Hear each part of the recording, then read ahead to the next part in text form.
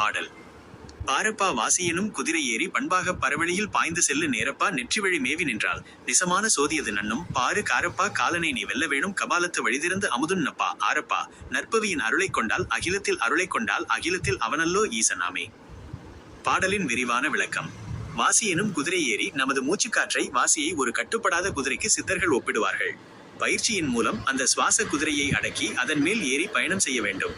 பரவழியில் பாய்ந்து செல்லு சுவாசத்தை சீராக்கி அதை சுழுமுனை நாடி வழியாக மேலே ஏற்றினால் அது உங்களை எல்லைகளற்ற அந்த பரவழியில் காஸ்மிக் ஸ்பேஸ் சஞ்சரிக்க வைக்கும். நெற்றி வழி மேவி நின்றால் மூச்சுக்காற்றை புருவமத்தியாகிய ஆகிய சக்கரத்தில் நிலைநிறுத்தினால் அங்கே பிரபஞ்சத்தின் மெய்யான பேரொளி சோதி உங்கள் அகக்கண்ணில் தோன்றும். காலனை நீ வெல்ல வேணும். இந்த நிலையை அடைந்தவன் காலத்தை கடந்தவன் ஆகிறான். யமன் காலன் அவனை நெருங்க முடியாது. அதாவது பிறப்பு இறப்பு சுழற்சியிலிருந்து அவன் விடுபடுகிறான். கபாலத்து வழி திறந்து அமுதுண்ணப்பா உச்சித்துளை பிரம்மரந்திரம் வழியாக சுரக்கும் அந்த தெய்வீக அமுதத்தை பருகி உடலை அழியாத நிலைக்கு கொண்டு செல்ல வேண்டும். அகிலத்தில் அவனல்லோ ஈசன் ஆமே. நற்பவி எனும் அந்த பேராற்றலின் அருளை பெற்று இத்தகைய யோக சாதனையில் வெற்றி காண்பவன் இந்த உலகத்திலேயே இறைவனுக்கு ஈசனுக்கு ஒப்பானவன் ஆகிறான். இன்றைய பாடல்.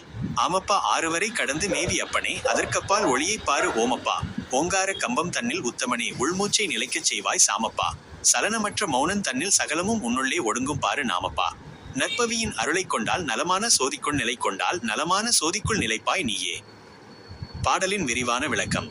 ஆறுவரை கடந்து மேவி மனித உடலில் உள்ள மூலாதாரம் முதல் ஆக்ஞை வரை உள்ள 6 ஆதார சக்கரங்களையும் 6 வரைகள் யோக பயிற்சியின் மூலம் கடந்து மேலே செல்ல வேண்டும். அதற்கப்பால் ஒளியை பாரு 6 ஆதாரங்களையும் கடந்த நிலையில் தலை உச்சியில் இருக்கும் 1000 இதழ் தாமரையான சகசிராரத்தில் தோன்றும் அந்த பேரொளியை அகக்கண்ணால் தரிசிக்க வேண்டும்.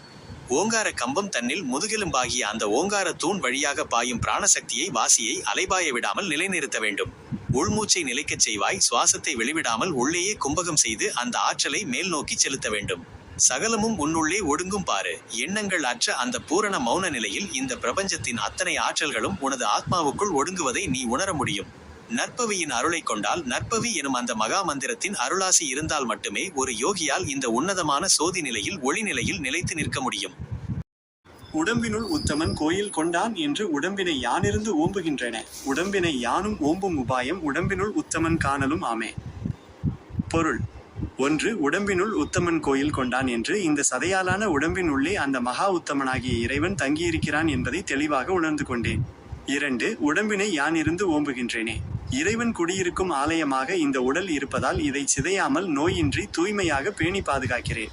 3. உடம்பினை யானும் ஓம்பும் உபாயம் அந்த உடலை பாதுகாக்கும் முறையான இரகசிய வழிகளை வாசியோகம் புலனடக்கம் நான் கையாண்டு வரும்போது.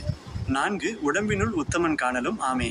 உடலால் அழியாத சித்தி பெற்ற அந்த நிலையில் எனக்குள்ளேயே வீற்றிருக்கும் அந்த பேரொளியை இறைவனை நேருக்கு நேராக காணும் பேறு வாய்க்கிறது. சுருக்கம். இறைவன் நமக்குள் இருந்தாலும் அழுக்கடைந்த அல்லது சிதைந்த உடம்பில் அவன் வெளிப்பட மாட்டான்.